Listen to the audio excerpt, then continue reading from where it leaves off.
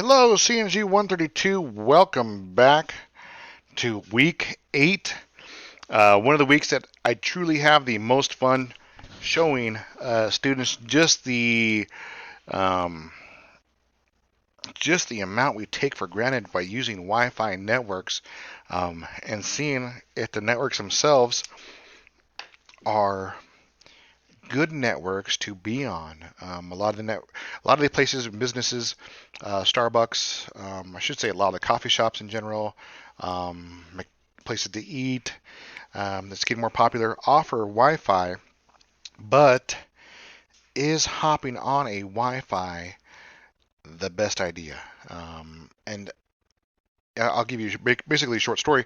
Um, on my little MacBook Pro, I should say my MacBook Air, I have a Wi-Fi analyzer, and it's just like these ones here that we see in the background of the old video. I'm going to bring up these ones here on the new video. Um, Basically, it just hops on, and it starts as soon as I open my laptop and join a wireless network. It starts scanning that network instantly. If I can see other computers can see me. Therefore, I am a target if an attack is launched on that network. Um, if I hop on and I don't see any computers, but I do see people using their computers around me, then I can assume that that network is probably has some more security measures in place, and therefore I am just a little bit more secure.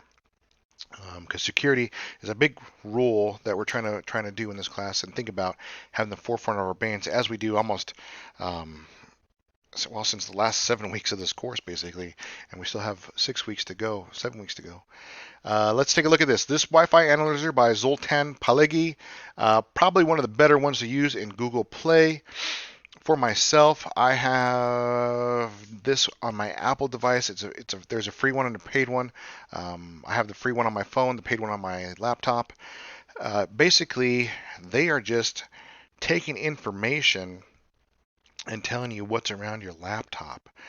This one is more um, can show you from the outside, and let me verify that that other one can do the outside also.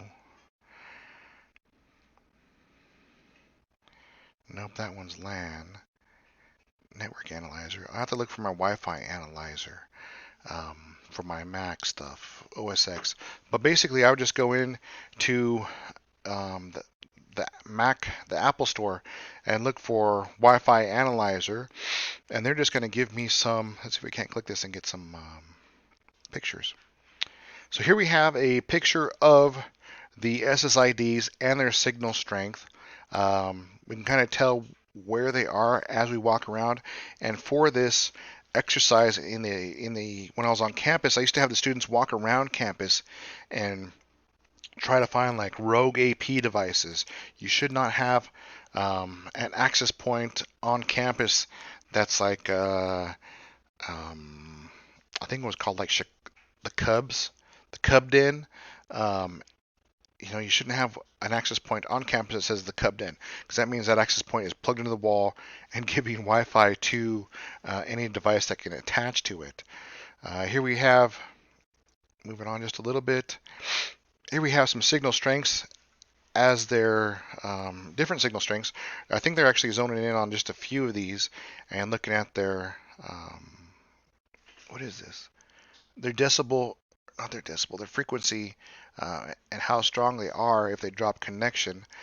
The next screen is their speeds. If I'm right, yep. You get more information. The device, uh, the MAC address of the gateway device. I believe that's what that is. And like I said, this Wi-Fi analyzer is extremely powerful.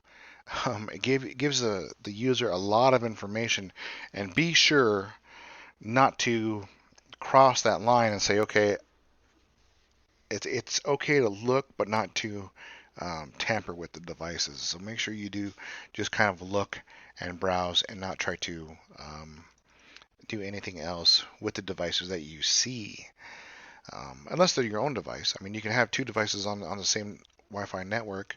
Um, Oh, you know what you could do?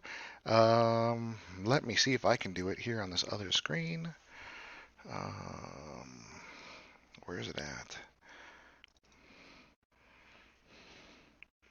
So here we have BlueStacks. We're going to use this a little bit later on too. BlueStacks is free. Um, if you have a Wi-Fi analyzer, let's see if I can't. Nope, I can't. So what's that one called?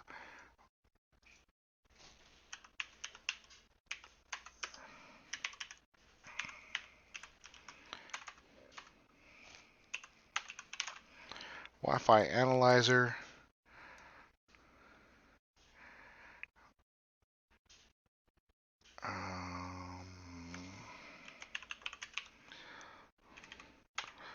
I think my A is going out on my keyboard. There we go. So I would need a wireless. I could probably do this on my laptop, my Windows laptop, I should say. This should also work for Macs also. I believe their BlueStacks does come in a Max version also. But I have to add a payment. But I had to make a little BlueStacks account. And from here, yeah, I got to add a payment method. But this BlueStacks is a hypervisor for simulating phone devices. Um, you can. We're going to use this a little bit later on in the semester, but feel free to install it now on your computer, and you'll be able to download apps from Google on your computer and kind of use them as if your computer was a phone. But you would need a Wi-Fi um, NIC, network interface card, to actually look at the wireless devices around you. But if you have a laptop, it should use that. Um, so that'd be pretty interesting to do. I'll see if I have time to execute this later on and put the BlueStacks on my laptop and kind of walk around and see if that'll work. Really, I should get the same thing as having a small phone and just walk around places of interest. Another thing with wireless technology that we're running into is we are accustomed to seeing people walk around with phones in their hands, um, talking, playing games, where when this was really not mainstream, people were kind of wondering what you were doing walking around, um, always looking at your phone. You could be walking around a building doing the same thing and gathering, using one of those pieces of software, gathering information on the building um, through just reconnaissance, basically, and building up a profile of that building and say, okay, there's one rogue access point in there that I can see. I can get on their network and start to poke around that way. Or the signal's really strong on the south end of the building. Therefore, we should be able to sit in the parking lot and access or start to listen to their network and break into their network. Once again, relatively easy to do because Wi-Fi password YouTube. And I've taught high school students to hack a Wi-Fi password. And if you look at my search results, there are step-by-step tutorials on how to do this. 2018, 2019, relatively new. I believe when we did it, it was clear back, probably one of these 15 or 16 ones. But there's always people showing other people how to hack stuff, and basically you're just kind of following along, being a script kiddie at that point and following along their instructions on how to hack passwords. Really, really cool week. Definitely get out there and take a look at it. One of the labs will require a wireless NIC. If you don't have one, visit campus, or perhaps you want to think about picking up one. Um, Netgear wireless NIC wireless adapter. They are a little expensive, but they're very useful to have. It's just basically a tiny USB that plugs into your system. $50 investment. If you look it up, and these are at Best Buy. If you looked up at Amazon, it'd probably be like $25. Um, but it's always an alternative of what you can do. If you think about if security is really starting to interest you, definitely pick one of these up, because you can start to use Kali Linux as a virtual machine on your laptop and start to scan. Well, you can use Kali Linux on your laptop, and Kali Linux can then use your wireless NIC to help you do exercises in wireless recon.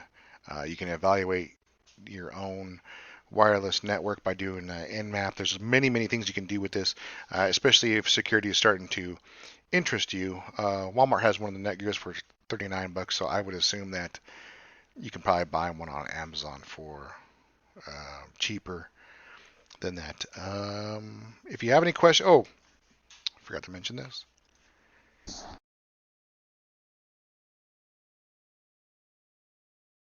Oh, sorry about that. I had to sneeze.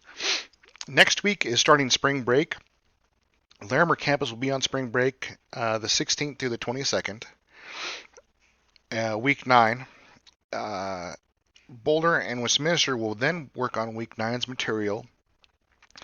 After that first week, Boulder and Westminster will go on spring break from the 23rd to the 29th. Westminster will then, or I'm sorry, Larimer campus will then work on week 9's material. So you can take a week off and enjoy it. You can make week 9 last 2 weeks. Any way you see fit. Make sure you take some sort of spring break, uncompress, maybe catch up on something, maybe you get your Kaplan and start rehearsing your Kaplan. But use that time for your spring break wisely. Don't just let it go. Figure out some way to kind of keep in touch with school without doing a lot of schoolwork, or just take a longer, since we're doing this online, take like a 2 week spring break while definitely working on that week 9 assignment, stretching that out for 2 weeks. With that, if you're trying to get a hold of me, Google Hangouts is probably the best. D2L second best, and then the regular email, the frontrange.edu email, probably like the third best. We have our second test this week. Make sure to get that done. If you miss any test, make sure you have your Kaplan and you're rehearsing that Kaplan so you can get those points back. We're over halfway point in the school year, so you should be thinking about how you're starting, how you should end the semester, successfully end the semester, to get that grade you want in this course. Have a great week, and if you need me, reach out.